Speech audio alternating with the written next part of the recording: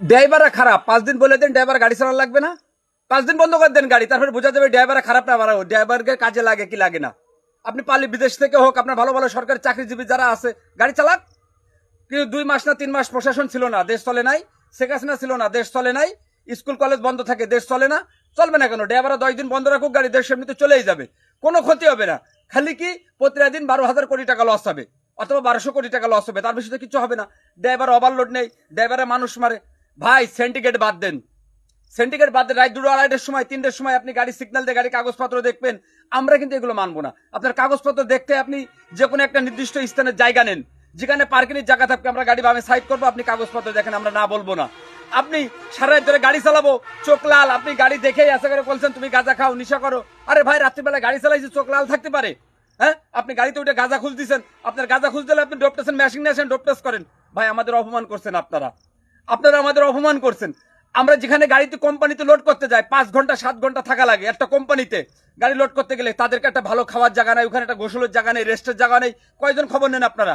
আপনারা কি সেবা দিচ্ছেন আমাদের? আপনি রাত্রে এসে গাড়ি কাগজ দাও, এই তোমার সিট বেল্ট বান্ধা নেই কেন? সিট বেল্ট পরিবহনের নিয়ম নেই, পরিবহনে যে যাত্রীরা চলে তাদের কি সিট বেল্ট বাঁধার কোনো সিস্টেম নাই? তাদের নিরাপত্তা দেওয়ার দরকার না? সিট বেল্ট বাঁধা লাগবে না? গাড়িতে একটা ব্রেক করতে পারে, একটা যাত্রী আগ পিছনে ঘা লাগতে পারে, ওটা দরকার না আপনার?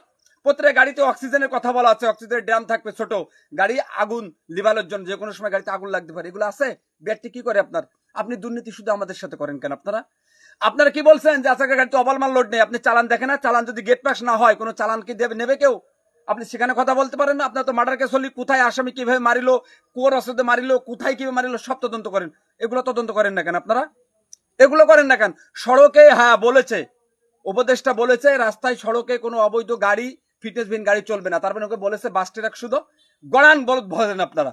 হ্যাঁ, যেন রাস্তাঘাটে 40 কিলো গাড়ি চালাইতে যাইতে লাগবে আপনার 40 মিনিট, সেই জায়গায় আমাদের লাগে সর্বনিম্ন 2 ঘন্টা। কেন এগুলো ঠিক করতে পারেন না?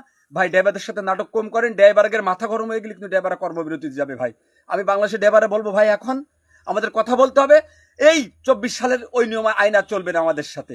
আসসালামু আলাইকুম, ভালো থাকবেন, সুস্থ থাকবেন, দোয়া করবেন আমার জন্য।